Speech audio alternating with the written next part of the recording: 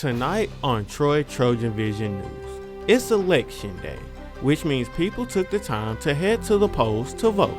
We'll have some voter insight coming up. Cristian Benavides in Atlanta, Georgia, one of the battlegrounds where polls headed into today show a razor-thin race. And with people going to the polls for a tense presidential race, the city's police department upped its patrol. We'll have why coming up. Stay tuned. TrojanVision News starts right now. From Troy University's Broadcast and Digital Network Earl Hutto Studio, this is TrojanVision News.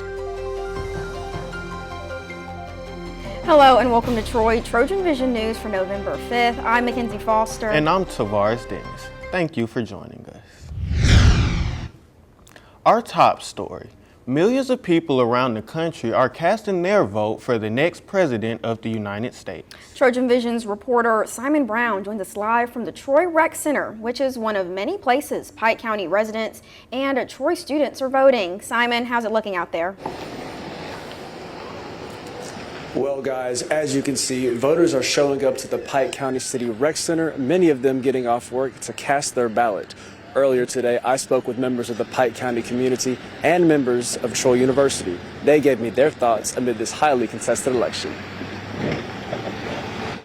In 2020, former President Donald Trump won the state of Alabama with 62% of the vote. Some Alabamians hope to see history repeat itself. Because he's running on a stronger economy, on border control, on a stronger position as a world power.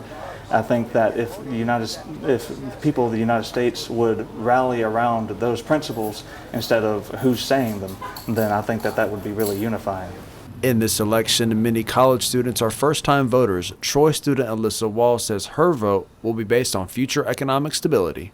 Honestly, one of the things that most concerns me is just like taxes, just because that's probably what is selfishly what's going to affect me. More attention to the people who are in need, lower social class, and just people who are struggling day by day to just make it through. Creech says he plans to vote for Trump based on his policies, not his personality. I think that we're really divided, and I'd like to see us come together in unity. I feel like Trump, he's a really divisive character, but I think that his policies are really unifying. Polls in Alabama will be closing in less than 2 hours at 7 p.m. Remember, if you still plan on voting, you will need a valid form of photo identification. If you are still unsure where to vote, you can find a list of Pike County polling locations on our website at troy.edu/TrojanVision. Reporting live in Troy, Simon Brown, Troy, TrojanVision News. Thanks, Simon. Once polls close, news outlets across the state will begin gathering numbers from those statewide polling locations. Now, however, experts have warned that it could take until tomorrow to get the full and final results.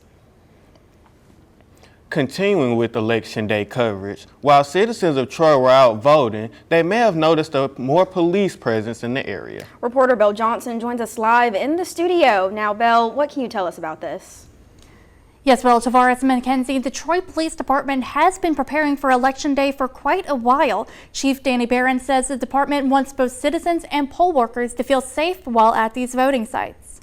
While citizens of Troy cast their ballots, the Troy Police Department was working to make sure voting areas remained safe. Chief Danny Barron says TPD prepares for Election Day ahead of time. Our K-9 division actually went out and looked at the polling areas so that they were aware of what each polling station looked like, and did a walkthrough with the K-9. Throughout the day, TPD took extra measures to make sure the polls were secure. We have extra patrols at all of our polling stations. We've encouraged our officers to make sure that they're riding through and checking in with our poll workers and making sure everything is going well. TPD also stays in touch with poll workers at each voting location.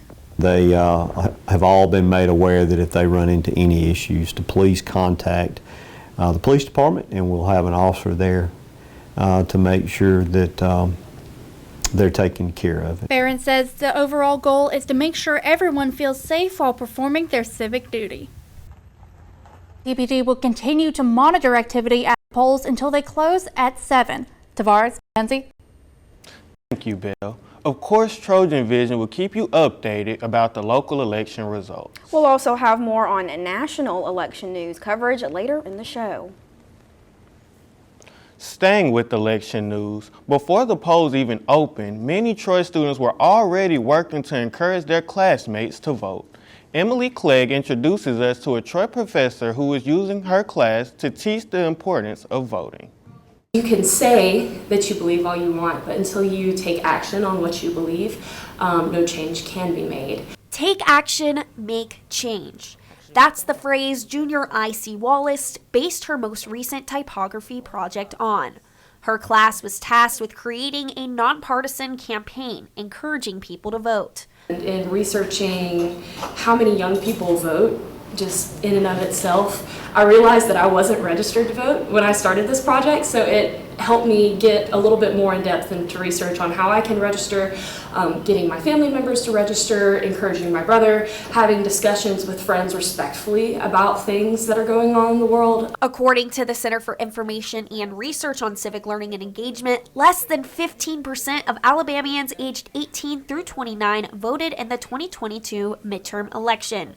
These statistics inspired the students in Professor Belda's class to target younger generation voters. With new generations, we are the ones that are in charge of taking the reins and growing the world to the place that we want it to be. Tiffany Belda is an assistant professor of design. She says this project has helped her students realize the impact their work can have on others.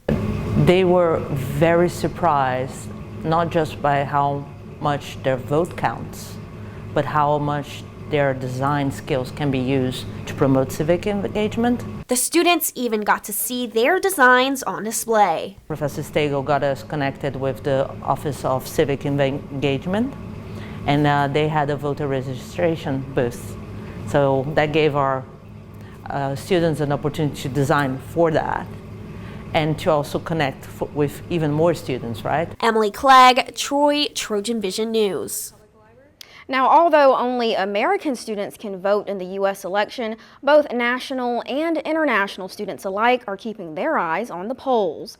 Professor Belda's typography class is made up of half international students. She says when she tasked the entire class with creating artwork encouraging students to vote, she had to explain to her international students the significance of the election and why she believes it has a global impact.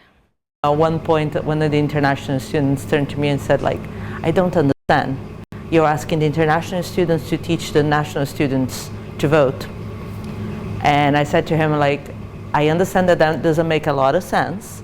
It's but whoever becomes the next president of the United States will impact not people here, but people globally. That means you and I, we might not be able to come and live in this country. We may not be able to study in this country. Now, Belda also says it's important for national students to vote because it is their civic responsibility. She says even if the candidates are not what you like, showing up and choosing the best option available is what matters. And returning to your state headlines, 5 men have been charged for their involvement in a prostitution ring. One of the men arrested was 43-year-old Lawrence Stevens, who was a teacher at Duncanville Middle School. Now, the other men involved were 49-year-old David Tillett, 40-year-old John Godfrey, 56-year-old Christopher Hinkle, and 29-year-old Joshua Samuel. Now, they all have been charged with soliciting prostitution. The men were caught while the West Alabama Human Trafficking Task Force went undercover in the ring they were all in. The force says all 5 men responded to online commercial sex ads and arranged to meet and pay for sex with women. Now, all of the men were taken to the Tuscaloosa County Jail with a bond set at $300 each. Stevens has been placed on administrative leave. And we're going to stay with those state headlines. Jimmy Hawley, known for his work as an Alabama lawmaker, has passed away at the age of 80. According to his obituary, he died at the Elba Nursing and Rehabilitation Center on Monday. Now, Hawley was a political figure for 44 years. For 20 years, he served as a senator for the Alabama House of Representatives. After that, he spent time representing District 31, which included Coffee, Covington, Pike, and Dale County. Hawley decided to hang his hat from the political world in 2022 after dealing with serious health issues. Multiple political figures like Senators Jabo Waggoner and Greg Reed are saddened by the news. Turning back to election news, months of campaigning and hundreds of millions of dollars have been spent. Now, the 2024 presidential election is in the hands of voters. Christian Benavidez is outside a polling place in Atlanta. Polling sites across the country are seeing strong turnout as voters decide the next president. Voters say they came out to weigh in on the issues. The southern border is definitely a big issue for me. For me, it's going to be women's rights. Heading into Election Day, polls showed former President Donald Trump and Vice President Kamala Harris basically tied in the 7 key battleground states, including Georgia, which set an early voting record and has busy polling places today. I love the energy. So you think both sides are energized? To a certain extent, yeah, I think so. I think you're seeing more passion. What do you think is motivating those who are voting for Kamala Harris? Hope, honestly. Hope everybody, sees that America is ready to turn this new page in our history. The closeness of this race indicates results will likely take a while. On his way to the Harris campaign watch party in D.C., running mate Tim Walz made a stop in Make or Break, Pennsylvania. It's going to take some time to get results. We're going to go up, down, but at the end of the day, as we always do, we will get the results that we know are accurate. Casting his ballot in Palm Beach, Florida, Trump sowed doubt about the process. I'm hearing in Pennsylvania they won't have an answer till 2 or 3 days from now. I think it's an absolute outrage if that's the case. Both candidates will be watching closely with one of the most contentious and unpredictable campaigns in history now in the hands of the people. Christian Benavidez, CBS News, Atlanta. Looking at the election from an international point of view, people living in conflict zones are awaiting the results of the election. As the war between Israel and Hamas goes on, some in that region believe their fate lies in the hands of the next American president. CBS's Leah Mishkin reports from London. Across Israel, signs show a clear favorite, with a majority of people hoping to see Donald Trump back in the Oval Office. Trump will do a lot of stuff also to put an end to the war and to bring back the hostages alive. I'm not very strong supportive of Kamala, but I'm really afraid of Trump. Still, nearly 2/3 of Israelis polled by the Israel Democracy Institute believe the former president is better for Israel's interests, with just 13% siding with Vice President Kamala Harris. I would like to see Donald Trump winning. I think I would choose Kamala Harris because I think Trump is really crazy. The sentiment in Gaza is less focused on who will win. This woman living in the rubble expressed what many Palestinians feel. They just want the war to end. Others are doubtful a changing U.S. leadership will change their situation. For me, Republican or Democrats are the same thing. They are two faces for the same coin. Back in Israel, more than a year after Hamas's brutal terror attacks, families of hostages hope a new U.S. administration will bring a fresh look at negotiations to bring their loved ones home. Leah Mishkin, CBS News. With some saying the presidential race is a close call, you may be feeling stress, anxiety, worry, or all of the above.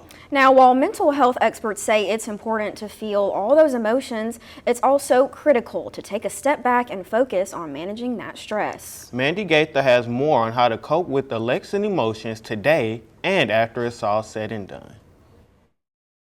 After months of campaigning, it's the day America has been waiting for. If you're feeling anxious about the election outcome, you're not alone. What keeps recurring, in the patients that I've been taking care of, it's just the degree of uncertainty. And I think for a lot of folks, being able to tolerate that is very, very difficult. Dr. Nicole Tarui with El Camino Health says the first step to managing election emotions is to tune into your own personal needs. You alone know your capacity to manage stress and anxiety. So she says to key into your feelings and be aware of early warning signs that you may be getting overwhelmed. Being able to assess our bodies, how are we feeling?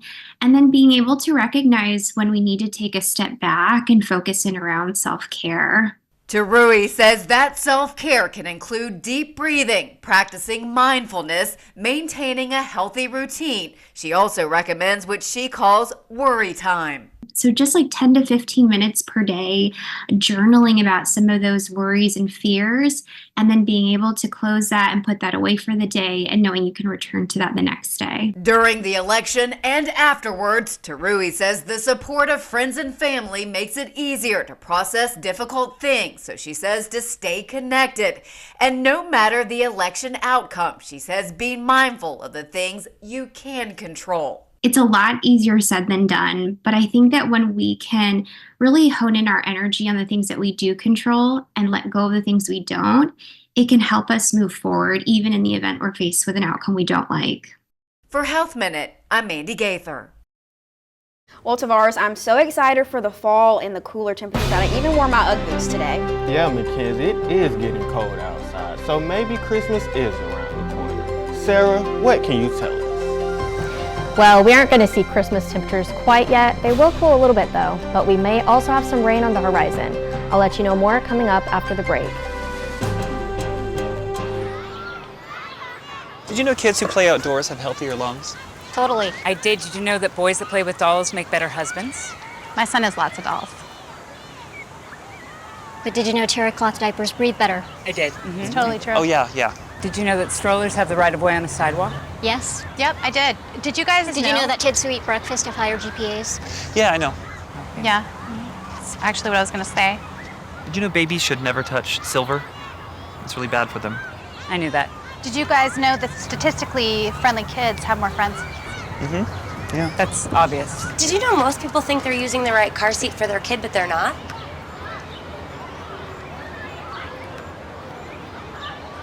Parents who really know it all know for sure that their child is in the right seat at the right age and size.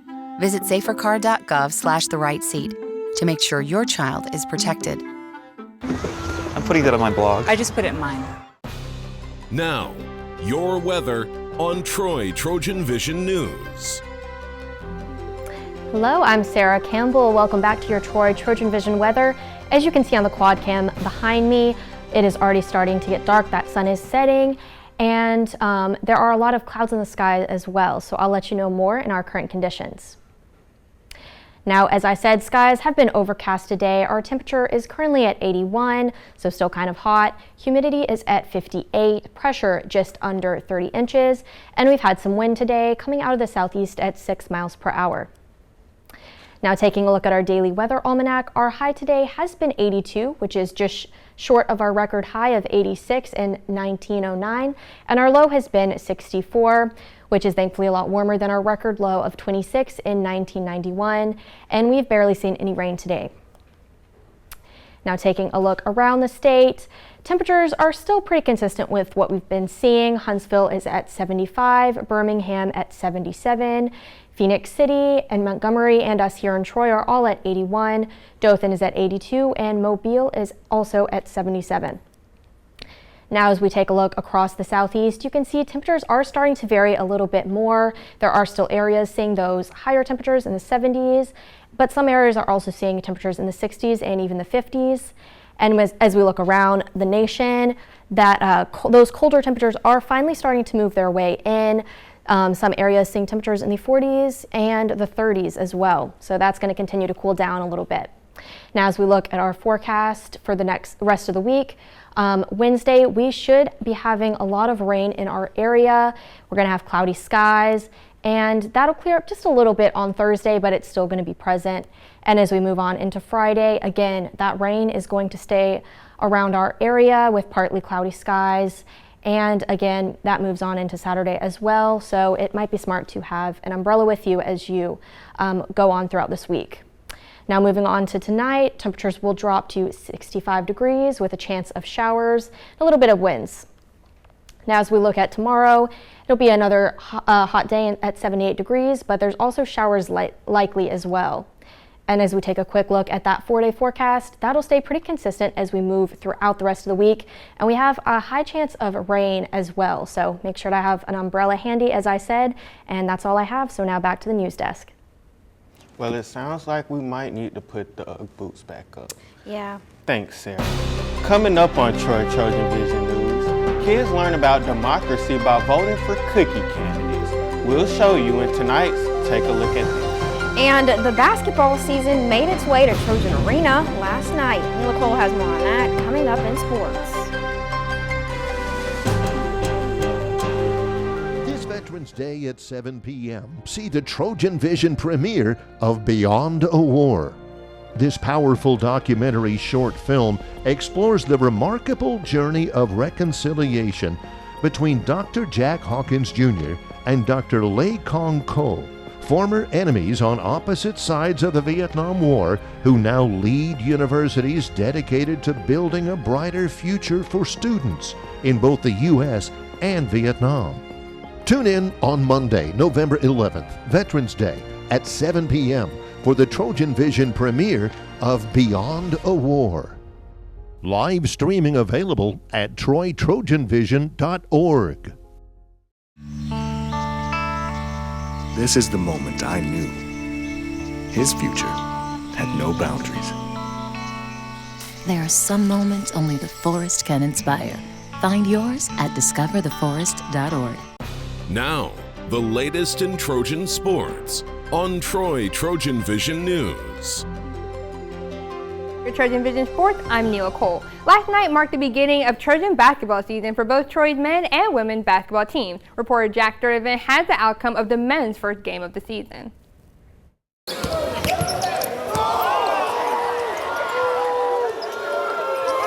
Monday night, Troy men's basketball tipped off its season with an 84-74 win over the Toledo Rockets. It was a great stepping stone. Very nervous going into this game. Toledo, we watched them go on Michigan's home court, have them on the ropes. They ended up losing by 4. So we knew it was going to be a very difficult game. They've won 4 straight MAC championships. You have to be a really, really high-level basketball team to do that. So, I mean, about as hard of a game as you could open up with.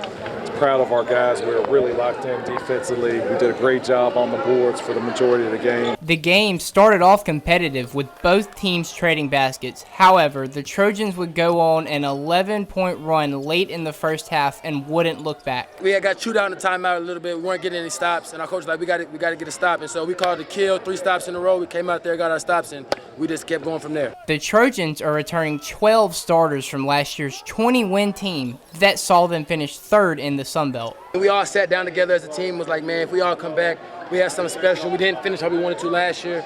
So, I mean, with us coming back this year, trying to make our name known and get the #1 spot and punch our ticket to March Madness, I think we can do it. Saturday, the Trojans head to New Orleans to take on the New Orleans Privateers. We'll be off tomorrow, let the guys go vote, and then we'll get back to work on Wednesday. My staff's done a great job prepping for Toledo. I know we'll be well prepared for the New Orleans game. It's not going to be an easy game. There's no easy games. But if we play like this, great things will happen for us. Jack Sturdivant, Troy Trojan Vision News. That game against the Privateers is set to tip off at 4 p.m. and will be streamed on ESPN+. Moving to Troy women's basketball, the Trojans were not as successful as the men's team, but they were not far off during their season opener last night in Buffalo.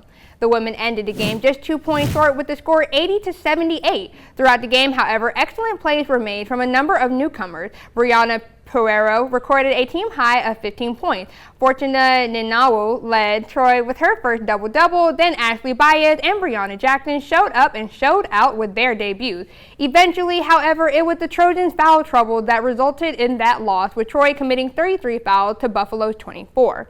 The Trojans don't have much time to be in the mindset of losing, as they will be moving over to continue their 8-game road trip with a trip to Montana State for the first of 5 guaranteed first-time meetings. This game is set for Thursday night at 8. And lastly, staying on the court, Troy Volleyball will be using this week to prepare for another massive road series. The Trojans will take on Southern Miss in Hattiesburg, Mississippi for a pair of matches this Thursday and Friday. This pair comes after this past weekend's successful 2-match series against ULM, resulting in the Trojans' 5-7 Sun Belt Conference record. One of the key notables over the weekend comes from Kalina Calavillo's finish the 2-match series with a 440 hitting clip, which is by far the best 2-match performance of the freshman's young career. Despite the team dealing with a few injuries, the Trojans are going to continue working throughout it at the moment and for the remainder of the season. Both of the matches will be streamed on ESPN Plus with live stats available on troystats.com. Well, Tavares and Mackenzie, as always, I always mention how I am excited about basketball season, and last night I was at the men's game, and I gotta say I was highly impressed with the game. Absolutely, Neelan. Even though the women unfortunately didn't come out with a win, I'm still really glad they got some good stats on the board. Exactly, Mackenzie. Now hold on, you guys. I understand basketball is fun and exciting, but there's still a lot of football left to watch. Just a couple of games, Tavares, but I'll wait. All right. Thank you, Neela.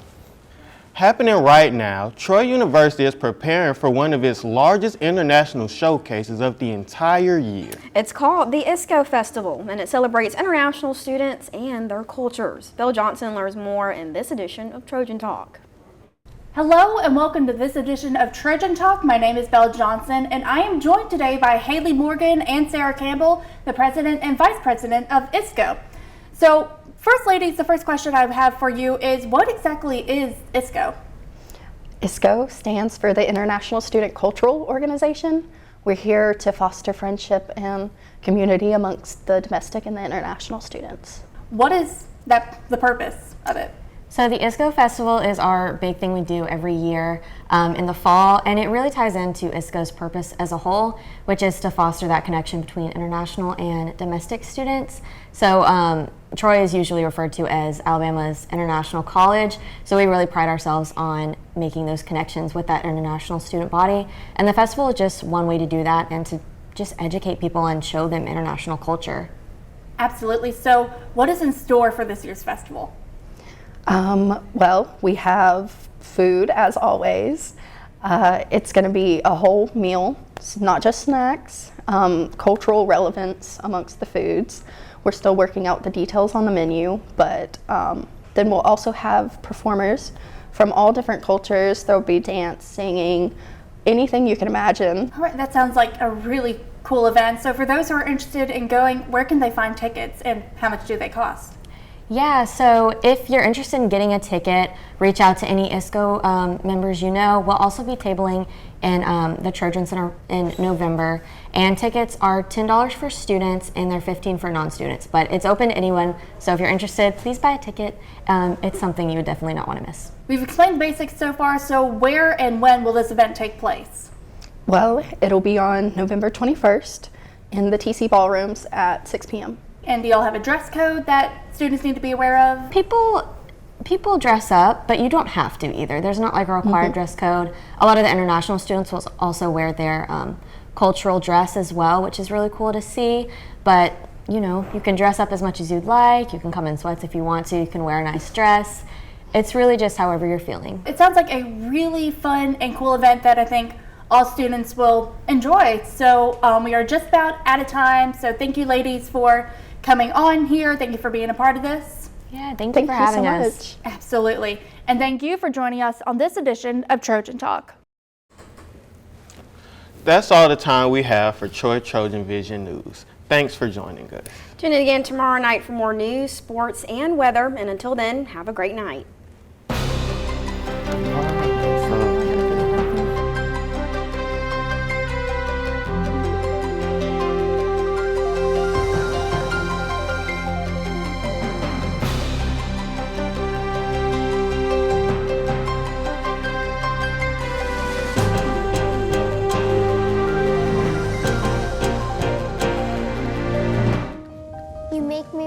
Bike helmet.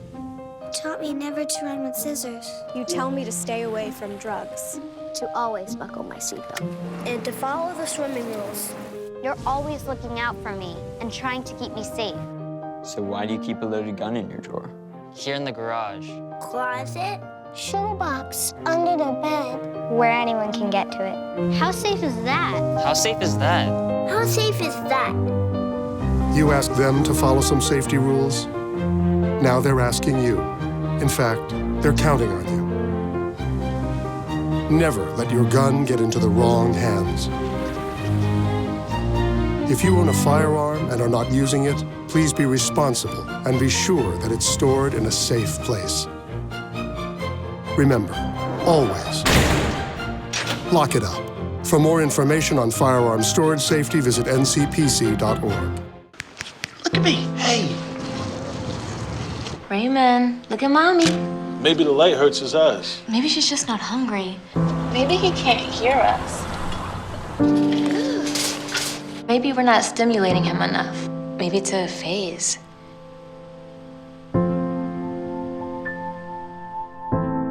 Avoiding eye contact is one early sign of autism.